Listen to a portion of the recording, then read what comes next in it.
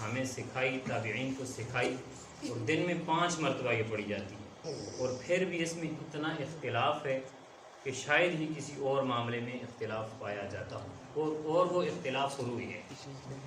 نبی صلی اللہ علیہ وسلم کی ایک حدیث ہے صحیح بخاری کی کہ صلو کما رأیتمونی اصلی، تم اس طرح نماز پڑھو جس طرح مجھے نماز پڑھتے ہوئے دیکھا ہے۔ اس نص سے یہ بات واضح ہوئی کہ نماز اسی طرح قابل قبول ہوگی جو طریقہ محمد مصطفیٰ صلی اللہ علیہ وسلم نے بتلایا ہے، وگرنہ اپنے طریقے پر، اپنے طرز پر، اپنی رسموں پر جو بھی انسان نماز پڑھے گا، کوئی بھی عمل کرے گا، وہ ٹھکرا دیا جائے گا۔ اس بارے میں بکثرت روایات موجود ہیں۔ ایک حدیث میں نبی صلی اللہ علیہ وسلم نے ارشاد فرمایا، انسان نماز پڑھتا ہے اور وہ نماز اللہ کے لیے، اللہ کی طرف چڑھتی ہے قبول ہونے کے لیے، اور اللہ رب العزت اس کو ریجیکٹ کر دیتے ہیں، ضائع کر دیتے ہیں۔ پھر نماز اس کو یہ بددعا کرتی ہے، ضیعک اللہ کما ضیعتنی، اللہ تجھے بھی اس طرح ضائع، برباد کرے، تباہ کرے جس طرح تو نے مجھے تباہ کیا، برباد کیا۔ اس حدیث سے آپ اندازہ لگا سکتے ہیں کہ نماز کا معاملہ کتنا اہم معاملہ ہے۔ آپ دیکھیں ہمارے معاشرے میں ہم جو بھی چیز لیتے ہیں تمہیدی باتیں ہیں آپ کی توجہ کو مبذول کرنے کے لیے، اور اس فہم دین میں سے نماز کی اہمیت کو واضح کرنے کے لیے۔ انسان بازار گیا، بازار سے کوئی بھی چیز انسان لیتا ہے ضرور چیک کرتا ہے۔ اگر ایک مرتبہ کسی دکاندار نے کوئی داؤ لگا کر کوئی چیز، ٹماٹر ہو، کوئی بھی چیز، ہلکی سی چیز، اس کو خراب دے دی، دوبارہ اس دکاندار کے پاس نہیں جاتا، کہتا ہے یہ دکاندار داؤ لگاتا ہے، اس نے میرا پیسہ ضائع کر دیا۔ اب ذرا توجہ کریں، اگر ہم 40-50 سال نمازیں پڑھتے رہیں اور وہ نمازیں جب کل اللہ کے ہاں پیش ہو ہمیں پتہ چلے ہماری نمازیں ہی ضائع ہیں، کتنا دکھ ہوگا۔ انسان جمع پونجی اکٹھی کرتا رہے، پیسے اکٹھا کرتا رہے، اور ایک جگہ سٹور وہ کرتا رہے اور وہاں سے چوہا لے کر جاتا رہے، وہ کھول کے دیکھے ہی نہ۔ جب کسی جگہ اس کو ان پیسوں کی ضرورت پڑے، وہ تجوری کھولے، تجوری خالی ہو، اس کو دکھ کتنا ہوگا۔ کل قیامت کے دن جب واپسی کا کوئی راستہ نہیں ہوگا، انسان کے پاس نمازیں ہوں گی۔ اور نبی صلی اللہ علیہ وسلم کی صحیح حدیث ہے کہ سب سے پہلے اللہ کے حقوق میں سے سب سے پہلے جس چیز کا حساب لیا جائے گا وہ نماز کا حساب ہوگا، اور یہ بڑی مشہور حدیث ہے، فمن صلحت صلحت اعمال کلہ، جس کی نمازیں درست اس کے سارے عمل درست، جس کی نمازوں میں فساد فسادت اعمال کلہ، اس کے سارے اعمال میں فساد پڑ جائے گا۔ ایسے ہی سارے اعمال برباد، سارے اعمال کوئی بھی، یعنی کہ آپ اس حدیث سے یہ اندازہ لگا سکتے ہیں جو شخص نے اپنی نمازوں کی حیت یعنی کس طریقے سے پڑھی ہیں اور ان کی حفاظت کے ساتھ پڑھتا ہے، اس کے باقی اعمال اللہ رب العزت درست یہ کر دیتے ہیں، اور یہ حدیث کی گارنٹی ہے بزبان نبوت صلی اللہ علیہ وسلم۔ اس لیے میرے بھائیوں، وجہ یہ ہوتی ہے کسی بھی پروگرام کرانے کی، کسی بھی درس وغیرہ، بڑے بڑے شاندار کانفرنسز بھی ہوتی ہیں، وہ ان کی بھی وجہ یہی ہوتی ہے، اور چھوٹے چھوٹے پروگراموں کی بھی وجہ یہی ہوتی ہے ہم کچھ سیکھ لیں۔ اور جانتے ہیں امام قصائی کے بارے میں ایک قول ہے کہ وہ 40 سال تک بکریاں چرواتے رہے۔ ایک دفعہ وہ جا رہے تھے، بکریاں اپنیاں لے کر ایک ماں اپنے بیٹے کو مار رہی تھی، اور اس کی زبان سے یہ الفاظ جاری تھے کہ بیٹا تو قرآن پڑھ لے۔ وہ کہنے لگا میں نہیں پڑھوں گا، جس طرح بچے تنگ کرتے ہیں، اپنی ماں کو تنگ کر رہا تھا۔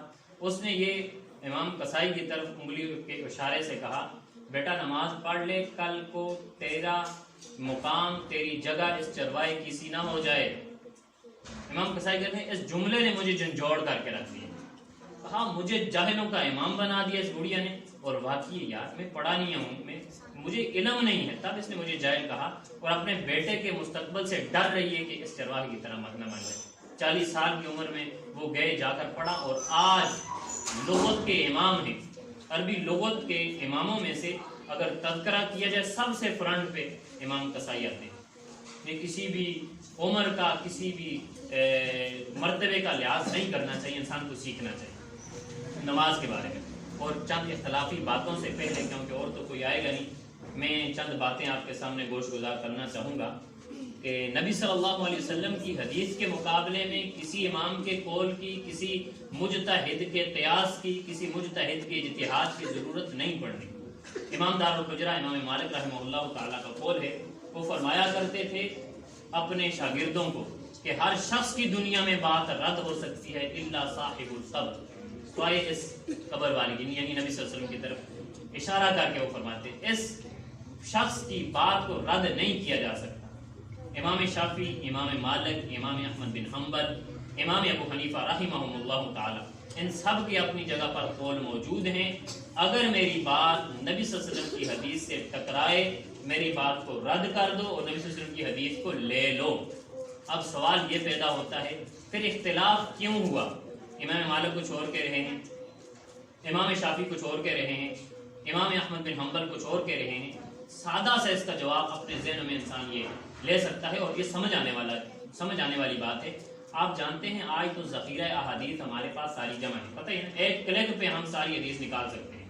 اگر میں کوئی بخاری کی آپ کو روایت بتاؤں گا اس کے آگے، آپ جا کر کلک کیجئے، موبائل کا دور ہے، کیا یہ حدیث مولانا صاحب نے، مولوی صاحب نے ٹھیک بتائی ہے نہیں بتائی، صاحب تو سامنے آ جائے گا۔ اس وقت احادیث جمع نہیں ہوئی تھی۔ میں اس کی مثالیں دیا کرتا ہوں۔ امام ابو حنیفہ رحمہ اللہ تعالیٰ کتنی ہجری میں پیدا ہوئے؟ اس شخص کو پتہ ہو اگر، یہ 80 ہجری میں پیدا ہوتے ہیں۔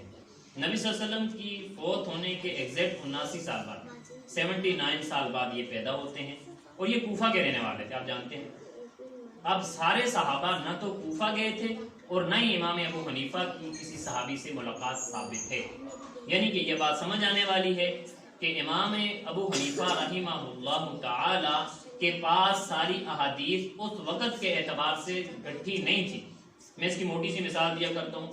حقیقہ ہر مسلمان کرتا ہے نا، چاہے کسی بھی فرقے سے تعلق رکھتا ہو، حقیقہ کرتا ہے۔ آپ جانتے ہیں امام ابو حنیفہ رحمہ اللہ تعالیٰ کا کیا موقف تھا؟ وہ حقیقی کو بدعت کہتے تھے۔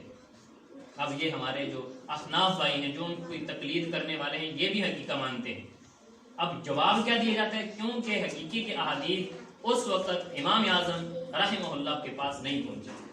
اب یہی کرائیٹیریا، یہی اصول باقی دوسرے مسائل پر اگر تولا جائے بن سکتا ہے؟ بیٹا چپ کریں آپ شاباش، بن سکتا ہے نا۔ اسی لیے یہ بات ثابت ہوتی ہے کہ جب نبی صلی اللہ علیہ وسلم کی حدیث مل جائے، اگر کسی امام کے قول پر ہم عمل کرنے والے ہیں، ہم پر لازم ہے کہ ہم نبی صلی اللہ علیہ وسلم کی حدیث کو لیں اور اس قول کو ریجیکٹ کریں، کیونکہ اسی امام کا یہ کہنا ہے جب حدیث مل جائے میرے قول کو ریجیکٹ کر دو، اور یہ اس میں کسی کی توہین نہیں ہے۔ یہ بات یہاں تک سمجھ آ گئی۔ اس کے بعد ہم نماز کا طریقہ جانتے ہیں۔ سارے مسلمان نماز پڑھتے ہیں، نماز میں کمیاں کوتاہیاں ہوتی رہتی ہیں۔ ظاہر ہے کوئی بھی انسان کسی بھی لحاظ سے پرفیکٹ نہیں ہے، دین سیکھنے سے آتا ہے۔ حتیٰ کہ نبی صلی اللہ علیہ وسلم کے پاس ایک صحابی آتا ہے، ایک کونے میں نماز پڑھتا ہے، آ کر کہتا ہے السلام علیکم یا رسول اللہ۔ نبی صلی اللہ علیہ وسلم کا جواب دیتے ہیں، فرماتے ہیں ارجع فصلی فإنک لم تصلی۔ وہ گیا، پھر جا کے نماز پڑھی، پھر واپس آیا، پھر نبی صلی اللہ علیہ وسلم نے یہی فرمایا۔ تیسری مرتبہ واپس آیا، کہنے لگا اللہ کے رسول مجھے نماز سکھائیے، نماز مجھے سکھلائیے۔ جب تڑپ ہوتی ہے زبان نبوت تب ہی کھلتی ہے، یہ یاد رکھیے گا۔ اس حدیث میں نکتہ یہ ہے، نبی صلی اللہ علیہ وسلم نے 3 مرتبہ واپس کی، نہیں تو پہلی مرتبہ کہتے تو نماز کو توڑ، ہمارے پاس ہم تمہیں نماز سکھاتے نہیں۔ جب تڑپ پیدا ہوتی ہے پھر اس کے ذہن میں بات بھی زیادہ اثر کرتی ہے۔ اگر آپ کے ذہن میں تڑپ ہوگی مجھے نماز سیکھنی ہے، اگر کل قیامت کے دن ایسا ہوا میں نمازیں جس طریقے سے پڑھتا رہا وہ طریقہ شریعت محمدی کا ہے ہی نہیں، ہمارا کیا حال ہوگا؟ کیا حال ہوگا؟ ایسے ہی ہے نا۔ اب ہم سیکھتے ہیں نماز۔ یہ باتیں بنیادی طور پر آپ ذہن میں رکھیں، آگے کچھ اختلافی مسئلے آئیں گے۔ اگر میرے بھائی اس اختلافی مسئلے سے اختلاف کر رہے ہیں، بعد میں مجھ سے سوال بھی کر سکتے ہیں۔ اگر میرے پاس جواب ہوا ناقص علم کے مطابق میں دوں گا، اگر جواب نہ ہوا اگلی مرتبہ اگر مجھے اللہ نے موقع دیا میں دیکھ کے تحقیق کر کے جواب دوں گا۔ اگر آپ کو کوئی بات نہیں لگے آپ جا کر تحقیق کیجئے گا۔ کسی بھی مسلمان کا جو صاحب فہم، صاحب فراست ہو اور وہ منصف مزاج انسان ہو، وہ ضرور دیکھتا ہے کسی بھی حدیث کو، وہ ڈھونڈتا ہے کہ مجھے حدیث مل جائے، اور یہ کوئی عار نہیں ہے کہ مجھے اس سے پہلے پتہ نہیں تھا مجھے آج پتہ چلا۔ ایسے ہی آپ جانتے ہیں نمازیں کتنی ہیں جی؟ 5۔ میرے ساتھ چلیں گے۔ نمازیں انسان پر دن اور رات میں 5 فرض ہیں، اور جانتے ہیں نبی صلی اللہ علیہ وسلم کے ایک حدیث ہے کہ نبی صلی اللہ علیہ وسلم نے فرمایا ایک شخص کے گھر کے باہر نہر جاری ہو اور وہ دن میں 5 مرتبہ اس نہر میں نہائے. میرے صحابہ ذرا بتاؤ نبی صلی اللہ علیہ وسلم نے فرمایا کہ اس پر کوئی میل کچیل باقی رہے گی؟ صحابہ نے فرمایا نہیں. فرمایا کوئی میرا امتی جب دن میں 5 مرتبہ نماز پڑھتا ہے میل کچیل اس پر گناہوں کی باقی نہیں رہتی. جب وہ وضو کرتا ہے ہاتھ کے گناہ، منہ کے گناہ، پاؤں کے سارے گناہ دھل جاتے ہیں. جب نماز پڑھ کے فارغ ہوتا ہے گناہوں سے بالکل دھلا ہوا. اور یاد رکھیں صغیرہ گناہ، کبیرہ گناہ جو ہیں اس کا ایک الگ ٹاپک ہے اور وہ توبہ سے معاف ہوتے ہیں، توبہ کے بغیر معاف نہیں ہوتے. دوسری بات، نمازیں کتنی ہیں؟ 5. ہر نماز کی رکعات سارے مسلمانوں کو پتہ ہے اور یہ بنیادی طور پر ہماری والدہ، آپ کی والدہ سکھایا کرتی تھی بچپن میں. فجر کی کتنی سنتیں اور کتنے فرائض ہیں؟ ٹوٹل ہم کہتے ہیں 4 رکھتے ہیں. کتنی رکھتے ہیں؟ 4 رکھتے ہیں. 2 سنتیں اور 2 فرض. آپ جانتے ہیں سنتیں پہلے ادا کرنی ہوتی ہیں اور فرض بعد میں ادا کرنے ہوتے ہیں. اب میرا آپ سے سوال ہے، اگر کسی شخص کی سنتے رہ گی کسی وجہ سے، آگے نماز شروع ہے، امام صاحب نماز پڑھا رہے ہیں، وہ شخص آتا ہے، بعض احباب یوں کرتے ہیں، یہ بڑی غلطی ہے، اپنی پیچھے سنتیں ادا کرنا شروع کر دیتے ہیں. کس لیے؟ ان کو حدیث کا شاید پتہ ہوتا ہے، یا تو پتہ نہیں ہوتا، یا تو پتہ ہوتا ہے وہ حدیث سے زیادہ کسی کی قول کو ترجیح دیتے ہیں. میں نے پہلے کہا جس کا وہ قول ہوگا اس کے پاس حدیث نہیں پہنچی ہوگی، وہ یہ بات کہہ کر بری ذمہ ہو گیا جب میری بات نبی صلی اللہ علیہ وسلم کی بات سے ٹکرائے میری بات کو چھوڑ دو، نبی صلی اللہ علیہ وسلم کی بات کو لے لو. اب اگر کوئی ایسا کرتا ہے گناہ گار خود انسان ہے، یہ بات ذہن میں رکھیے گا. اب کوئی شخص آتا ہے، آگے نماز کھڑی ہے، اب وہ سنتے پہلے ادا کرے گا یا فرض؟ سنتے کب ادا کرے گا؟ سنتے تو پڑھنی ہے نا، نماز کے فوراً بعد ادا کرے گا. لیکن یہ اس شخص کے لیے ہے جو اپنی روٹین ہمیشہ سے یہ نہ بنائے. جس کی روٹین یہ ہے اس کو اپنے آپ کو درست کرنے کی ضرورت ہے، وہ گناہ گار ہے. درست کرے اپنی روٹین، نماز ٹائم پہ آئے، گھر سے سنتے پڑھ کے آئے، یا اتنی دیر پہلے آئے جو کم از کم 2 ہلکی سنتے پڑھ سکیں. 2 سنتیں اور 2 فرائض. اگلا مسئلہ، فرائض کے بعد سورج طلوع ہونے سے پہلے کیا کوئی نماز ہو سکتی ہے؟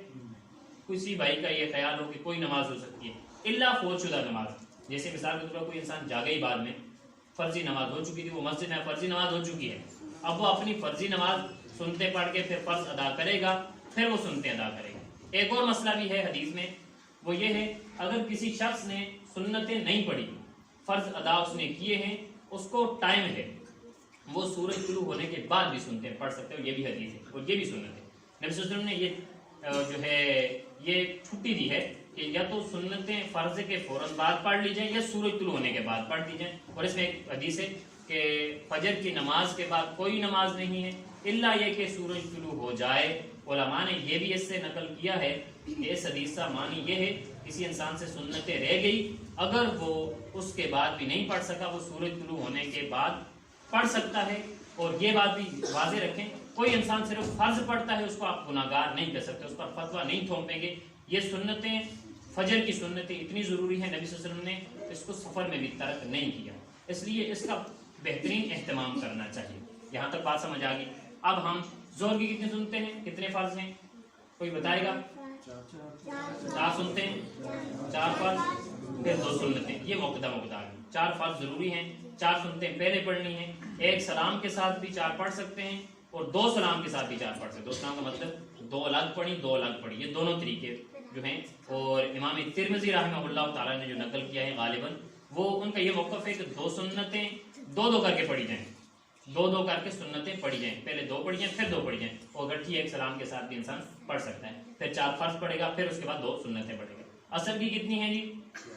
4 فرض ہیں، لیکن 4 سنتیں اس سے پہلے بھی ہیں. کوئی پڑھتا ہے، صحیح مسلم کی حدیث ہے، نبی صلی اللہ علیہ وسلم نے فرمایا اللہ اس شخص پر رحم کرے. اور ایک حدیث میں اللہ نے اس شخص کی گردن کو جہنم سے آزاد کر دیا جو شخص عصر کی نماز سے پہلے 4 رکعت پڑھتا ہے. بیٹا بولنا نہیں ہے، جب میں بولوں پھر جواب دینا، ٹھیک ہے؟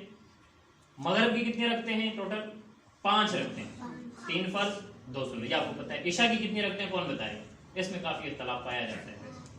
ایک جگہ میں نے یہ کورس کرایا، ایک بھائی سے نے پوچھا کتنی رکھتے ہیں، ایک بھائی پیچھے کھڑا کہ 43 رکھتے ہیں. میں نے پوچھا کیا 43 رکھتے ہیں؟ آپ نے کبھی پڑھی ہے؟ پڑھی پوری نہیں ہے لیکن 43 رکھتے ہیں. ویسے کتنی رکھتے ہیں ٹوٹل جی؟ 4 فرض 2 سنت 3 وتر. یہ موقع ہے، یہ پڑھیں گے. وہ اگر نہ آپ نوافل پڑھتے رہیں اس میں کوئی قید نہیں ہے. ٹھیک ہو گیا.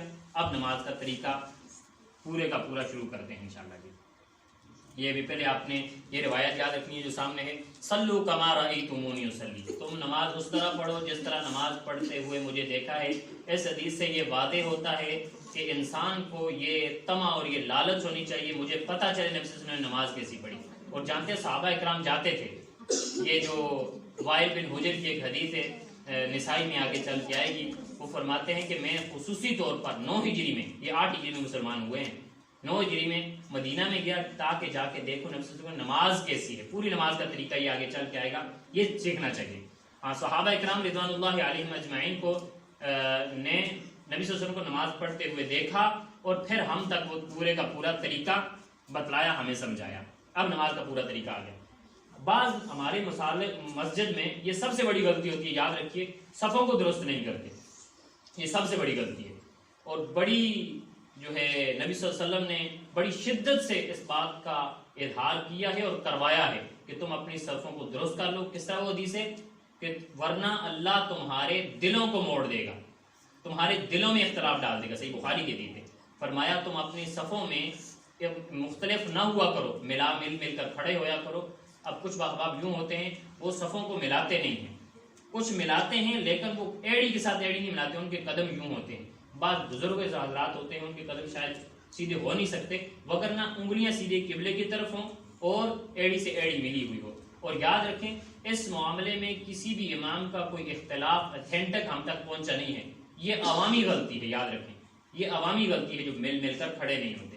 امام ابو حنیفہ رحمہ اللہ تعالیٰ سے لے کر آخری امام کون سے؟ امام احمد بن حنبل رحمہ اللہ تعالیٰ، ان تک کوئی بھی ایسی روایت نہیں ملتی کہ انہوں نے یہ کہا کہ تم نے اپنی جو ہے صفوں کو توڑ مڑوڑ کے آگے پیچھے ہو کے کھڑا ہونا ہے. یہ بڑی سنگین غلطی ہے. پہلی غلطی ہم نے یہ درست کرنی ہے، صفوں کو مل کر کھڑے ہونا ہے اور دوسروں کو اس کی تلقین کرنی ہے. دوسری غلطی یہ ہوتی ہے اپنی شلواریں ٹخنوں سے نیچے رکھتے ہیں. جانتے ہیں کافی سارے ائمہ کرام کا یہ موقف تھا، اگر شلوار ٹخنوں سے نیچی ہے اسی حالت میں نماز پڑھی، اس کی نماز تو بہت دور کی بات، اس کا وضو بھی نہیں ہے. یہ ہے نا مسئلہ ہے، اس کا وضو بھی نہیں ہے. کافی سارے بہت سارے جو علماء ہیں ان کا یہ موقف ہے. اور ویسے بھی نماز کے علاوہ بھی انسان کو، مرد حضرات کو شلواریں ہمیشہ ٹخنوں سے اوپر رکھنی چاہیے. اور علماء نے اس گناہ کو کبیرہ گناہ میں ذکر کیا ہے. کیوں؟ اس گناہ پر کیا وعید آئی ہے جی؟ کوئی بتائے گا کیا وعید آئی ہے؟ جو شخص ٹخنوں سے نیچے شلوار کرتا ہے کیا وعید آئی ہے؟ اللہ تعالیٰ اس کو نظر رحمت سے نہیں دے. ہاں جی، یہ بھی ہے. اور یہ بھی ہے وہ حصہ جہنم میں جلے گا جس حصے، یعنی کہ آپ سمجھ گئے کہ جس حصے پر شلوار ٹخنوں سے نیچے جتنے حصے پر ہوگی وہ حصہ جہنم میں جلے گا. اب اس کا کیا مطلب ہے؟ وہ یہ کبیرہ گناہوں میں سے ہے، وگرنہ جہنم کی وعید صغیرہ گناہوں پر نہیں آتی. یہ اصول یاد رکھیے گا. اللہ نظر رحمت سے نہیں دیکھے گا مطلب یہ کبیرہ گناہ ہے، اس سے بچنا ہے. اور خصوصاً طور پر نماز میں بچنا ہے. ہمارے کپڑے، ہماری پینٹیں، ہمارے بچوں کی پینٹیں یہ ایسی ہوتی ہیں کہ وہ اب تو فیشن سمجھتے ہیں، شلوار ٹخنے سے جس کی نیچی ہے وہ فیشن ہے. یہ بڑا کبیرہ گناہ ہے اور صحابہ اکرام رضوان اللہ علیہم اجمعین اس کو بڑا سخت ناپسند کرتے تھے. پھر آگے طریقہ، نماز کا مکمل طریقہ، جو نماز آپ پڑھ رہے ہوں اس کا ارادہ، اس کی نیت کرنی ہے. سب سے پہلے نیت کون سا سنائے گا نماز کی؟ میں جب پڑھنے آیا تھا نا، میں تقریباً 8ویں کلاس سے آیا تھا، تو میں ایسے محلے سے آیا تھا، مجھے نماز صحیح نہیں آتی تھی. مجھے قاری صاحب نے کھڑا کہ آپ نماز کا طریقہ بتائیں. میں نے وہی رٹی رٹائی جو نیت کرتا ہوں نماز کی، پڑھنا 4 وقت سے اللہ تعالیٰ دے، یہ پوری سنائی جی. قاری صاحب پہلے ہنسے، پھر مجھے بلایا، کہنے لگے بیٹا یہ نماز کی نیت نہیں ہے، نماز کے دل کے ارادے کا نام. اور نیت کا عربی میں ترجمہ کیا ہے؟ دل کے ارادے کو نیت کہتے ہیں عربی زبان میں، یہ یاد رکھیے گا. زبان سے کہہ دینا کسی بھی صحیح روایت سے اور نہ ہی کسی امام کے قول سے یہ بات ملتی ہے. ہم گھر سے نکلے، وضو کیا، پتہ کیوں نکلے؟ بازار تو جانا ہی تھا، نماز کے لیے. مسجد کے اندر داخل ہمیں پتہ تھا نماز کون سی ہو رہی ہے، جو ظہر کی ہے، عصر کی اذان ہمیں پتہ ہے. وضو ہم نے جس کے لیے پتہ ہے. ہمیں یہ بھی پتہ ہے ہم امام کے پیچھے کھڑے ہیں، یہ بھی سارا کچھ پتہ ہے. زبان سے نیت کرنا درست نہیں ہے اور یہ نیا عمل ہے. نیا عمل کو بدعت کہتے ہیں. اور یاد رکھیں پاؤں جسم کے مطابق کھولنے ہیں، بہت زیادہ بھی نہیں. بعض احباب بہت زیادہ کھول دیتے ہیں. جسم جتنے آپ کے کاندھے ہیں اتنے پاؤں کھولنے ہیں، اور تبھی جا کر صفیں برابر ہوں گی. جب تک پاؤں جسم کے برابر کھولے جائیں گے، ورنہ صفیں برابر نہیں ہو سکتی. نماز کے لیے اس طرح برابر کھڑے ہوں کہ دونوں پاؤں قبلہ رخ ہوں. اس کے بعد اس چیز کا دھیان خصوصی طور پر رکھنا ہے، یہ نمازوں میں ہماری سنگین غلطی ہوا کرتی ہے۔ اگلی بات، تکبیر تحریمہ، ایک سوال ہے، تکبیر تحریمہ کو تکبیر تحریمہ کیوں کہتے ہیں؟ تکبیر تحریمہ کو تکبیر تحریمہ کیوں کہتے ہیں؟ کیونکہ انسان پر حلال چیزیں بھی حرام ہو جاتی ہیں، تحریمہ اور حرام سے ہے نا، یعنی نماز میں داخل ہوا، دنیاوی معاملات اس پر حرام ہو گئے، بس اللہ کے سامنے، اس لیے تکبیر تحریمہ کو تکبیر تحریمہ کہتے ہیں۔ تکبیر تحریمہ اللہ اکبر کہنا ہے، بعض احباب نے یوں بھی لکھا اللہ اکبر کے علاوہ بھی تکبیر کہی جا سکتی ہے، بات غلط ہے۔ صحیح روایت ہے صحیح سنن نبی داؤد کی کہ نبی صلی اللہ علیہ وسلم نے جب نماز شروع کرتے اللہ اکبر کہتے، سر جھکا ہوا ہو اور نگاہیں سجدے کی جگہ پر ٹکی ہوئی ہوں۔ پہلے کھڑے ہونا ہے، سر جھکا ہوا ہونا چاہیے، نظریں سجدے کی جگہ پر ٹکی ہونی چاہیے، ادھر ادھر دیکھنا نماز کے خشوع اور خضوع میں خلل ڈالنے کے مترادف ہے۔ دونوں ہاتھوں کو کانوں کے نچلے کنارے یا کندھوں کے برابر تک اٹھائیں۔ یہ یاد رکھیں، بعض روایات میں یوں بھی آیا ہے کہ نبی صلی اللہ علیہ وسلم نے ہاتھ کاندھوں تک اٹھائے، اور بعض نے انہی روایتوں میں آیا ہے نبی صلی اللہ علیہ وسلم نے ہاتھ کندھوں تک اٹھائے۔ اس میں تطبیق کیسے ہے؟ یاد رکھیں، جب انسان ہاتھ اٹھاتا ہے کندھوں اور کانوں کے برابر ہی ہوتی ہے۔ جس صحابی نے ہاتھ کے اتلے حصے کو دیکھا، اوپر والے حصے کو دیکھا، اس نے کہا نبی صلی اللہ علیہ وسلم نے ہاتھوں کو کانوں تک اٹھایا۔ جس نے نچلے پوری ہتھیلی کو دیکھا، اس نے کیا کہا؟ کانوں تک اٹھایا۔ اور جو احباب یہ کرتے ہیں اپنے یہ کانوں کو لگا دیتے ہیں، یہ کسی بھی روایت میں ثابت نہیں ہے۔ آپ دیکھتے ہیں پٹھان حضرات وہ آتے ہیں جو وہ جلدی جلدی اس طرح کرتے ہیں، پھر اوپر دیکھ کے اس طرح کرتے ہیں، یہ نماز کا طریقہ نہیں، یہ مذاق ہے نماز کا، سیدھی سیدھی بات ہے۔ یہ نماز کسی بھی امام سے یہ قول مروی نہیں ہے کہ اپنے جو ہے یہ جو ہوتے ہیں انگوٹھے ان کو کانوں تک اٹھانا، یہ کسی بھی روایت میں نہیں ہے۔ سمجھ آ گئی؟ کانوں تک یا کاندھوں تک برابر، آپ اس طرح کریں کاندھوں اور کان برابر ہو جاتے ہیں، بالکل ٹھیک ہو گیا۔ اچھا جی، کانوں کو پکڑنے یا ہاتھ لگانے کی ضرورت ہے اور نہ ہی یہ سنت ہے، کسی بھی روایت میں یہ نہیں ملتا۔ ہاتھوں کی انگلیاں نہ باہیں ملی ہوئی ہوں اور نہ بہت زیادہ کھلی ہوں، یہ آپ تصویر میں دیکھ سکتے ہیں، بہت زیادہ ملی بھی نہیں ہے یہ اور بہت زیادہ کھلی بھی نہیں ہے، اس طرح جس طرح یہ بچہ نماز پڑھ رہا ہے۔ اور اس نے آپ دیکھیں، یہ آپ دیکھ سکتے ہیں، یہ اس کے قدم بھی اس کے کانوں کے برابر تک کھلے ہوئے ہیں، اور یہ آپ حیت بھی دیکھ سکتے ہیں، نظریں اس کی بالکل سجدے کی جگہ پر ہیں۔ اگلی، ہاتھ کہاں پر باندھنے ہیں؟ بعض احباب چھوڑ کے ہاتھ پڑھتے ہیں۔ یاد رکھیں، میں نے پہلے کہا طریقہ وہی ہوگا جو نبی صلی اللہ علیہ وسلم نے اس سے ثابت ہے، وگرنہ کوئی بھی جتنا بھی بڑا امام ہی کیوں نہ ہو، چاہے وہ صحابی ہی کیوں نہ ہو، صحابی کی بات جب نبی صلی اللہ علیہ وسلم کی بات سے ٹکرائے گی، اس کی میں ایک موٹی سی مثال دیا کرتا ہوں۔ آپ جانتے ہیں جنگ نہروان پر حضرت علی رضی اللہ تعالیٰ عنہ کی جنگ کس سے ہوئی تھی؟ خوارج سے، اور چند اس میں ایسے تھے جو حضرت علی رضی اللہ تعالیٰ عنہ کو الہ ڈکلیئر کرتے تھے، کہتے الہ۔ حضرت علی نے ان کو قتل کیا اور پھر آگ میں جلایا۔ حضرت ابن عباس نے کیا فرمایا تھا؟ آگ کا عذاب اللہ کے علاوہ کوئی دے نہیں سکتا۔ حضرت علی کو یہ حدیث پتہ نہیں تھی نا، جب پتہ چلا رضی اللہ تعالیٰ عنہ کیا فرمایا؟ فرمایا کاش مجھے ابن عباس پہلے بتا دیتے، میں ایسا نہیں کرتا۔ یہ منصف مزاج انسان کی نشانی ہوتی ہے۔ اگر پہلے غلط ہو چکا، میں نے غلط کیا جی، اگر ابھی اس کو پتہ چلا ہے، اس کے بعد غلطی نہیں ہوگی۔ بس حدیث کے مقابلے میں اگر کسی بھی امام کا قول ہوگا نبی صلی اللہ علیہ وسلم نے ہاتھ کہاں پر باندھے ہیں، یا آپ روایت دیکھ سکتے ہیں صحیح بخاری کی کہ دایاں ہاتھ بائیں ہاتھ کے اوپر رکھنا ہے، اور رکھنا کہاں ہے؟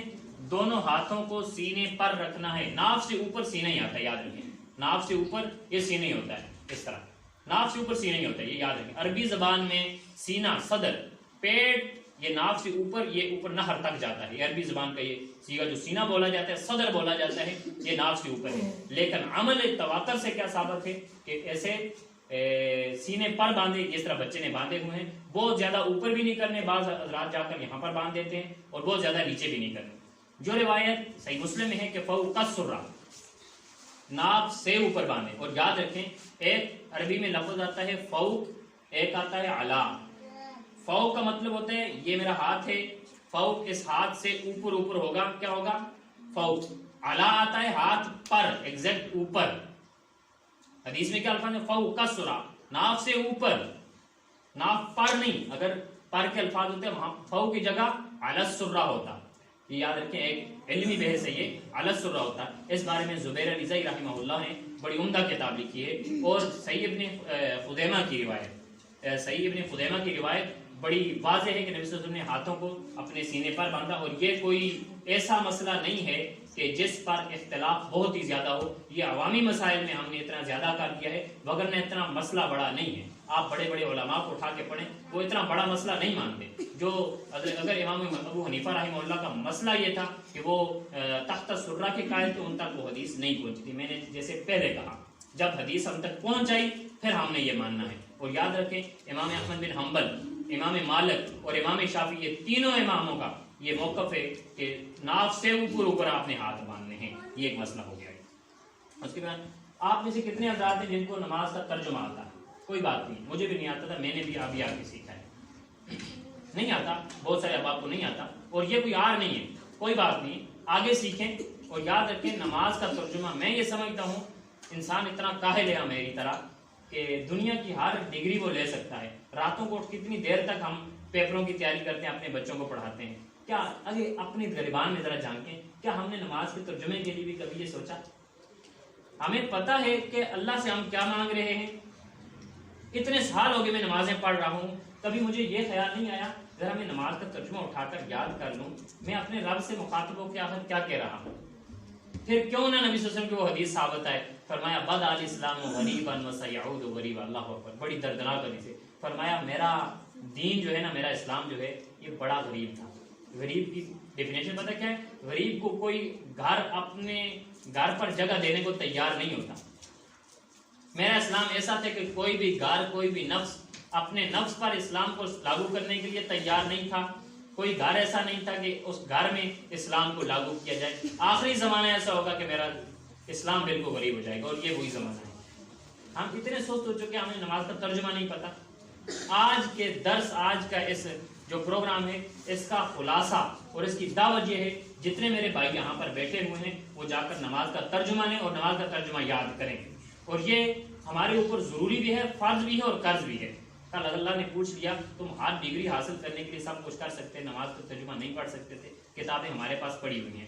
یاد رکھیں اللہم باعث بینی و بین خطایا، اس کے بعد ہاتھ باندھ کے یہ دعا پڑھنی ہے. اگر یہ دعا نہیں آتی سبحانک اللہم و بحمدک و تبارک اسمک و تعالی جدک و لا الہ غیرک، یہ دعا بڑی جامع دعا ہے، یہ پڑھنی ہے. اور ٹائم کی قلت کی وجہ سے ابھی ترجمہ یہاں پر نہیں ذکر کیا جا رہا. یہ آپ پر ہے کہ آپ جا کر گھر میں ترجمہ یاد کریں. سبحانک اللہم و بحمدک، اے اللہ تو پاک ہے، ساری تعریفیں تیرے لیے ہیں. و تبارک اسمک، تیرا نام بڑا بابرکت ہے. و تعالی جدک، اور تیری شان بڑی ہے، تیری بزرگی بڑی اعلیٰ ہے. ولا الہ غیرک، اور تیرے علاوہ کوئی معبود برحق نہیں ہے. اس کے بعد اعوذ باللہ السمیع العلیم من الشیطان الرجیم بسم اللہ الرحمن الرحیم، یہ بھی پڑھ سکتے ہیں. اعوذ باللہ من الشیطان الرجیم بسم اللہ الرحمن الرحیم، یہ بھی پڑھ سکتے ہیں. آگے اس کے ساتھ من حمدہ ونفثہ ونفثہ، یہ بھی پڑھ سکتے ہیں. جس طرح ہم نماز پڑھتے ہیں اعوذ باللہ سے، پھر بسم اللہ، پھر الحمدللہ.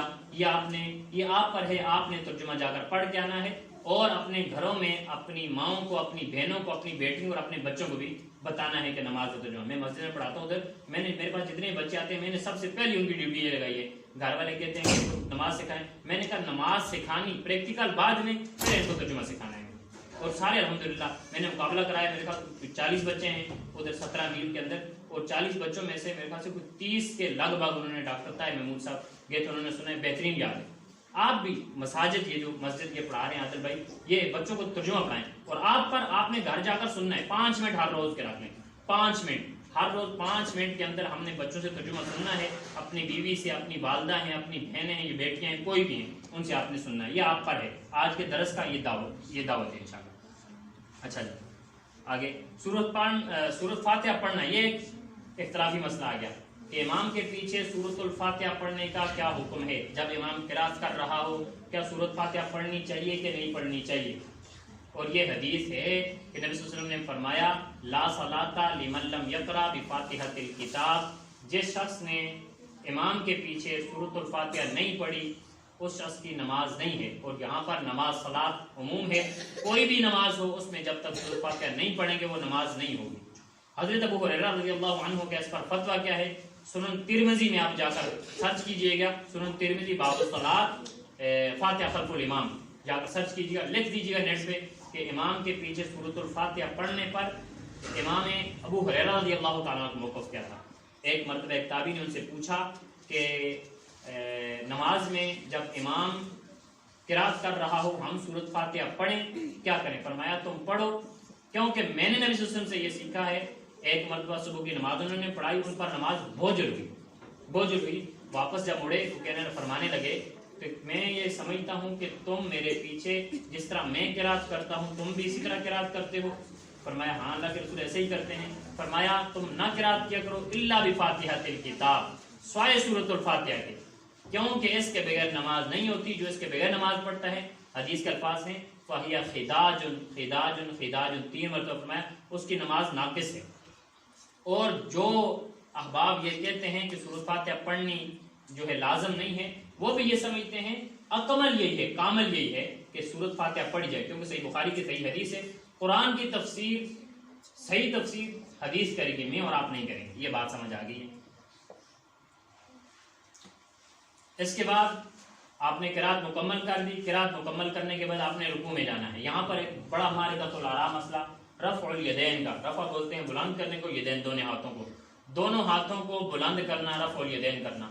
یاد رکھیں نبی صلی اللہ علیہ وسلم نے 4 موقع پر رفع دین کیا ہے، نماز شروع کرتے وقت، رکوع میں جاتے وقت، رکوع سے سر اٹھاتے وقت، اور 2 رکعتوں کے بعد جب قاعدہ ہوتا ہے اس کے بعد اٹھتے وقت، تیسری رکعت کے شروع میں یہ رفع دین کیا ہے۔